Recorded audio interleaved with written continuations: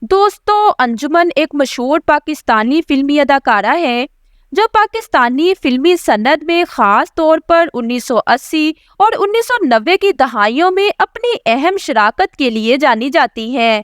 ان کا پورا نام انجمن شاہین ہے، جو 24 جولائی 1955 کو بہاولپور، پاکستان میں پیدا ہوئی۔